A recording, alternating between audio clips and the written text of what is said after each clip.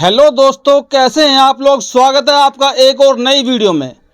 दोस्तों, उत्तर प्रदेश में सच में राम राज्य आ गया है।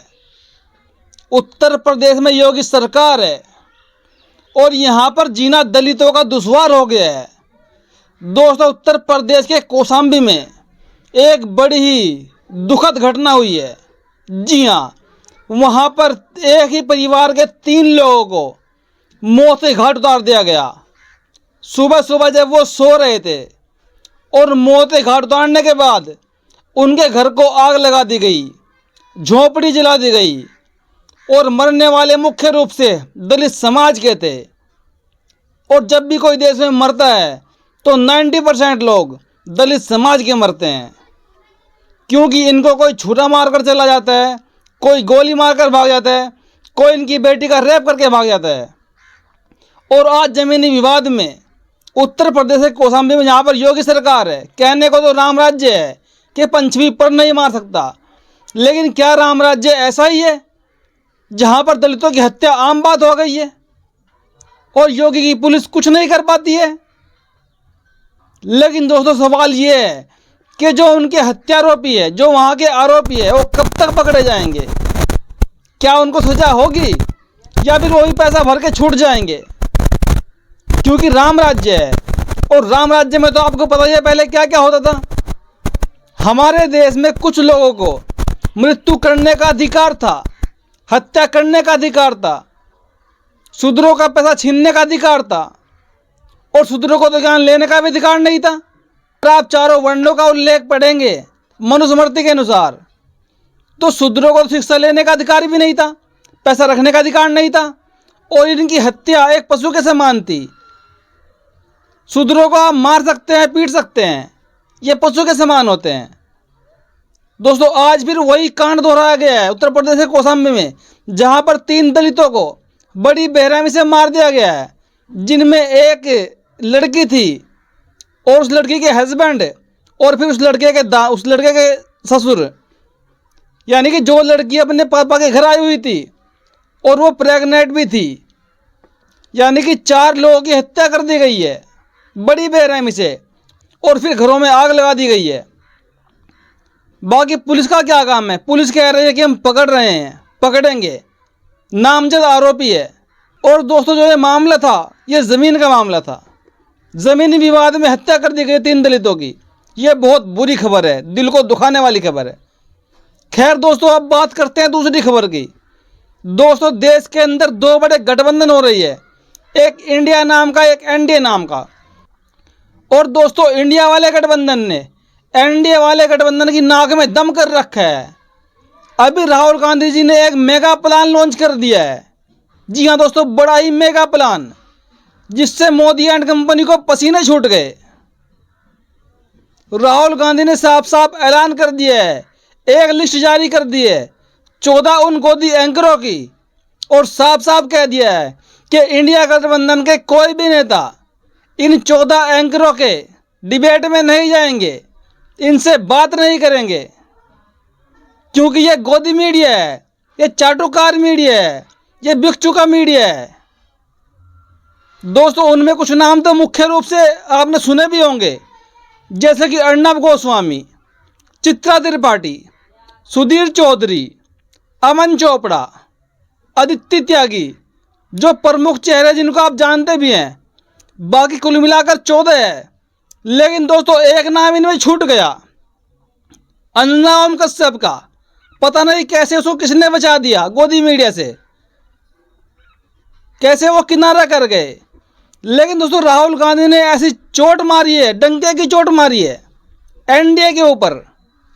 और ये एंकर जो 14 के 14 हैं, बुरी तरह बिदक गए हैं, बौखला गए हैं और तरह तरह के कमेंट कर रहे हैं, तरह तरह की पोस्टें कर रहे हैं। देख लीजिए आप बराबर में। और दोस्तों, एनडीए पूरी तरह घबरा गया है, क्योंकि दोस्तों, इंडिया वाले गठबंधन में 28 दल शामिल हो चुके हैं अभी तक, 28 दल। और वो 28 दल वो हैं जिनके पास बड़ी बड़ी पार्टियां हैं, जिनके पास विधायक है, सांसद है, उनके पास वोट बैंक है। और अभी कुछ पार्टियां ऐसी बाहर है अभी गठबंधन से, जो गठबंधन में जाने वाली है, जैसे कि बसपा हो गई, एमआईएम हो गई, और भी कई सारी पार्टियां हैं। और इस बड़े गठबंधन से एनडीए वाला गठबंधन पूरी तरह फ्लॉप हो गया है। और दोस्तों एक बहुत बड़ी खबर, मध्य प्रदेश में भाजपा का सुपड़ा साफ होने वाला है। दोस्तों मध्य प्रदेश में मोदी जी खुद कमान संभाले में हैं। अभी हाल ही में मोदी जी ने वहाँ पर रैली की, कल वहाँ पर बहुत बड़ी रैली की, और वहाँ पर जनता के पैसे से खर्च करके या पार्टी का पैसा दे देकर इतनी बसें लगाई गई, ज़बरदस्ती लोगों को लाया गया रैली के अंदर, फिर भी वहाँ पर लोग जमा नहीं हो पाए। मोदी की रैली में कुर्सियाँ खाली पड़ी रही। और दोस्तों एक तरफ हमारे देश में 3 जवान शहीद हो गए हैं, पूरे देश में मातम छाया हुआ है, लेकिन एक तरफ मोदी जी रैली कर रहे हैं, उनके ऊपर फूल बरस रहे हैं। दोस्तों आपने हर बार देखा होगा, जब भी देश में कोई ऐसा मातम आता है, कोई बुरी खबर आती है, तो अदबद करके मोदी जी की रैली उसी टाइम पे फिट बैठती है। लेकिन मोदी सरकार एंड कंपनी उसको रद्द नहीं कर पाती है, स्थगित नहीं कर पाती है।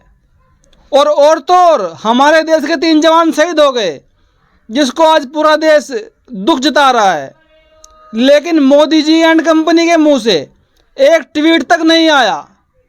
पूरा ट्वीट आप खंगाल कर देख लीजिएगा मोदी जी का, कोई एक दुख की घड़ी में कोई उनके लिए कोई सांत्वना भी नहीं दी मोदी जी ने। और तो जो इनके साथी हैं, बड़ी इनकी कंपनी के बड़े साथी अमित शाह जी, उनके ट्विटर हैंडल से भी कोई एक भी ट्वीट तक नहीं आया, जबकि पूरा देश दुख मना रहा है, दुख जता रहा है।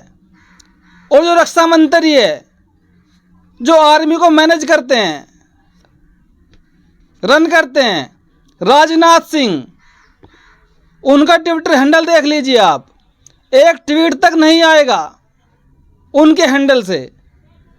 ये लोग अपनी रैली में मस्त है, और देश की आर्मी के जवान लगातार मर रहे हैं। दोस्तों आपने पहले भी देखा होगा, पुलवामा हमले पे जब हमारे देश के लगभग 40 जवान शहीद हो गए थे, एक तरफ पूरा देश दुखी हो रहा था, और ये लोग अपनी रैली में उन शहीदों की फ़ोटो लगाकर लोगों से वोटें मांग रहे थे। आखिर कितने जाहिल है हमारे देश सत्ता के लोग, आखिर इतना जाहिलपना लाते कहाँ से हैं ये लोग? शहीदों की फ़ोटो को रैली में लगाकर वोट मांग रहे हैं, कितनी शर्म की बात है। लेकिन दोस्तों हमारे देश में आज भी वही सत्ता कायम है, और अब इससे लड़ने के लिए एक बड़ा गठबंधन बन चुका है इंडिया नाम का। और 2024 का चुनाव सर पे है, देश में नया प्रधानमंत्री बनने वाला है, जबकि मोदी जी ने लाल किले से साफ साफ कह दिया था पहले ही कि इस बार भी प्रधानमंत्री मैं ही बनूंगा। भला ऐसे कौन कहता है, इतना ओवर कॉन्फिडेंस। और दोस्तों एक बड़ी खबर इसी बीच में जो कल आई थी ईवीएम को लेकर, हो सकता है 2024 के चुनाव से पहले देश से ईवीएम का चुनाव बंद हो जाए, ईवीएम से वोटिंग बंद हो जाए, क्योंकि देश की एक संस्था है ADR, association for democratic reform, ये सुप्रीम कोर्ट पहुंच चुकी है संस्था। सुप्रीम कोर्ट में इन्होंने याचिका दायर की है कि हमारे देश में जो भी वोटिंग होती है ईवीएम के माध्यम से, और जो वीवीपैट की जो मशीन है जिसमें पर्ची डलती है, उन दोनों का पूरी तरह मिलान होना चाहिए, उनकी काउंटिंग होनी चाहिए। दोस्तों अभी तक हमारे देश में क्या हो रहा था कि एक विधानसभा में केवल 5 बूथों की वोटों की काउंटिंग होती थी, टैली करते थे, मिलाते थे सैंपल के रूम में। जैसे कि एक पूरे गोडाउन से, चावलों के गोडाउन से एक बोरी से कुछ चावल निकाल लिए गए, और उस बोरी में जो चावल निकल गया अच्छा, तो सबको अच्छे चावल बता दिया। और ऐसे ही होता था विधानसभा के चुनाव में, और प्रत्येक चुनाव में ओनली 5 बूथों की काउंटिंग होती थी। लेकिन अब एडीआर ने कोर्ट में याचिका दायर की है कि हम पूरे देश में ईवीएम की वोटिंग और जो वीवीपैट की पर्ची है उनको गिनवाना चाहते हैं। और इस पर क्या जवाब आया ईसी का, इलेक्शन कमीशन का? बड़ा ही हैरान का जवाब है दोस्तों। उनका जवाब सीधे सीधे ऐसा आया है कि वो मोदी को जिताना चाहते हैं। इलेक्शन कमीशन ने क्या कहा है कि ऐसे पर्चियों की गिनती करने में बहुत टाइम खर्च हो जाएगा, इसमें देरी हो जाएगी। और इलेक्शन कमीशन ने माना भी है कि कहीं ना कहीं जो ईवीएम की वोटें होती हैं और जो वीवीपैट की पर्ची होती है उनमें कहीं ना कहीं मिसमैच होता है। तो साफ साफ इन्होंने अब खेल खुला कर दिया है, ये लोग मोदी जी को जिताना चाहते हैं। भाई जब पर्ची गिनने में देरी होती है तो आप 10 बंदे और लगाओ, विपक्ष के नेताओं को बिठाओ, फिर काउंटिंग करो, या फिर आप ईवीएम को ही बैन करो। जब लोग देश में ईवीएम बैन करने की बात कर रहे हैं, लोगों को विश्वास नहीं रहा है, लोग चाहते हैं कि निष्पक्ष चुनाव हो, बैलेट पेपर से चुनाव हो। और जब बीजेपी जनता के हित में काम करती है, जनता के लिए सरकार बनी है, तो फिर इनको दिक्कत क्या है? आगे पैसा तो जनता का ही लग रहा है ना, समय भी जनता का ही लग रहा है। आपको दिक्कत क्या है मशीनें हटाने में?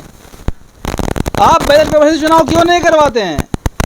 लेकिन दोस्तों आप सब जानते हैं कि चुनाव आयोग और बीजेपी की मिलीभगत 2014 से चल रही है। और फिर देश में गोदी मीडिया जो इनका रात दिन बखान करता है, जो बीजेपी से सवाल नहीं पूछता है। अब वही गोदी मीडिया जो 14 एंकर थे, उन्होंने विपक्ष पर पूरा हमला बोल रखा है कि आप डर रहे हैं हमारे डिबेट में आने के लिए, इसलिए आप बहिष्कार कर रहे हैं। लेकिन यही गोदी मीडिया के एंकर कभी मोदी से सवाल नहीं पूछेंगे कि जब देश में जवान शहीद हो रहे हैं तो साहब आप रैली क्यों कर रहे हो, आपके ऊपर फूल क्यों बरसाए जा रहे हैं? और जब जनता विरोध कर रही है ईवीएम मशीन का, तो आप बैलेट पेपर क्यों नहीं ला रहे हो? सत्ता से सवाल नहीं पूछेंगे, क्योंकि 2014 के बाद से ही ये लोग हाजिर जवाबी में लगे हुए हैं, चाटुकारिता करने में लगे हुए हैं और देश को डुबोने में इनका मुख्य रोल अदा कर रहे हैं गोदी मीडिया। दोस्तों इसलिए कहता हूँ, देश में सोशल मीडिया ही बहुजन मीडिया है, इसको अपनाइए, अपने फ़ोन में खोल के रखिए, 24 घंटे अपडेट रहिए और हर खबर पाते रहिए सोशल मीडिया के माध्यम से। क्योंकि दोस्तों प्रिंट मीडिया में आपको वही दिखाया जाता है जो बीजेपी कहती है, जो मोदी सरकार कहती है, और इन सब के पीछे एक संगठन आरएसएस जो सरकार चलाता है हमारे देश की। खैर दोस्तों, आज हम थोड़ी सी बात कर लेते हैं 2024 में क्या कुछ अदला बदली होने वाली है, क्या खेल पलटने वाला है। दोस्तों इस बार 2024 के पूरे खेल की एक जो कुंजी है, जो की है इलेक्शन का रुख बदलने की, वो बहन कुमारी मायावती जी के हाथ में है। उनके पास वर्तमान में 15% वोट बैंक है और वो 15% वोट बैंक जिस साइड भी चला गया वही पार्टी, वही गठबंधन सरकार बना लेगा। अगर बहन कुमारी मायावती जी इंडिया वाले गठबंधन में जाती है तो मोदी सरकार को मात्र 20% वोट मिलने वाले हैं, मात्र 20%। और अगर वही बहन कुमारी मायावती जी इंडिया को सपोर्ट नहीं करती है, तो अकेले चुनाव लड़ती है या फिर एनडीए का समर्थन करती है, तो फिर देश में एनडीए सरकार बना लेगा। लेकिन दोस्तों मैं कई बार कह चुका हूँ, मोदी सरकार पूरी तरह संविधान के खिलाफ है, ये बदलना चाहते हैं संविधान को, तो इसलिए बहन कुमारी मायावती जी इनको तो सपोर्ट नहीं करेगी, क्योंकि वो भी 4 बार मुख्यमंत्री रह चुकी है, उनको भी अच्छा खासा ज्ञान हो राजनीति का, उनको पता है कब क्या कुछ करना है। और दोस्तों इस बार पूरी तरह जो ये चुनाव होने वाला है लोकसभा का 2024 का, पूरी तरह बहुजनों के हित में होने वाला है, क्योंकि इंडिया वाला गठबंधन ऐसे मुद्दे लेकर आ रहा है जिससे दलितों का, SC ST OBC का भला होने वाला है। इंडिया वाला गठबंधन जोरों शोरों से एक मुद्दा उठा रहा है, कास्ट सेंसस का मुद्दा, जाति जनगणना का मुद्दा, जो बीजेपी 14 में लेकर आई थी कि हम जाति जनगणना कराएंगे, और अब मोदी जी को पूरे 10 साल होने वाले हैं, लेकिन मोदी जी के कान पर जूं नहीं रेंग रही है कि जाति जनगणना करा दी जाए। लेकिन अब जो विपक्ष है वहाँ पर पिछड़े समाज के नेता भी एकजुट हैं और उनके पास ये बड़ा मुद्दा है जाति जनगणना कराने का, SC ST OBC के रिजर्वेशन का मुद्दा, बेरोजगारी का मुद्दा, महंगाई का मुद्दा, ये सबसे बड़े मुद्दे हैं। और यकीन मानिए दोस्तों, अगर इंडिया वाले गठबंधन की सरकार बन जाती है तो जाति जनगणना होने से कोई रोक नहीं सकता, क्योंकि गठबंधन की सरकार की मजबूरी होगी, अगर सरकार चलानी है तो जाति जनगणना करनी पड़ेगी और दलितों को, पिछड़ों को, आदिवासियों को उनका हक जरूर मिलेगा। क्योंकि दोस्तों आज वर्तमान में OBC के पास मात्र 27% आरक्षण है, 27%, जबकि इनकी आबादी मुख्य रूप से 52% है, यानी कि 52% हिस्सेदारी में इनको मात्र 27% हिस्सेदारी मिली। और फिर उसमें भी अगर लागू करने की बात आई तो मुश्किल से 10% लोगों को इसका फ़ायदा मिल पाया है। तो सबसे बड़ा जो हकमारी जो घोटाला हुआ है वो OBC के साथ हुआ है, और इसका एक कारण सबसे बड़ा ये भी रहा कि OBC समाज सदियों से सोया हुआ है, क्योंकि OBC समाज धर्म के नाम पर वोट करता है। ये जागरूक नहीं हो पाए हैं, इनको नहीं पता कि आपका हक कौन खा रहा है और आपको हक कौन देगा। अगर ये लोग पता कर ले, क्योंकि दोस्तों किसी महापुरुष ने एक बात कही है, जो लोग अपना इतिहास नहीं जानते वो अपना इतिहास बना भी नहीं सकते, और ये बात हकीकत भी है।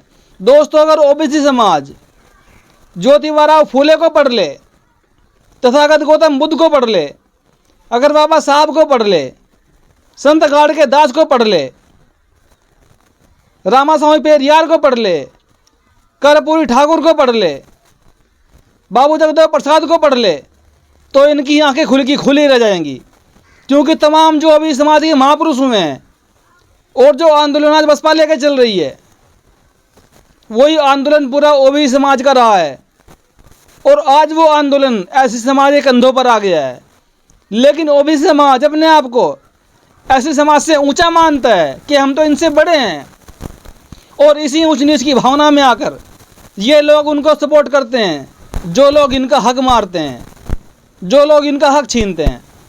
तो दोस्तों आपको ये वीडियो कैसी लगी अपनी प्रतिक्रिया कमेंट में ज़रूर दीजिएगा, और वीडियो को शेयर कीजिएगा, लाइक कीजिएगा, चैनल को सब्सक्राइब कीजिएगा, ताकि आने वाला हर वीडियो आप तक आसानी से पहुंच सके। वीडियो देखने के लिए धन्यवाद।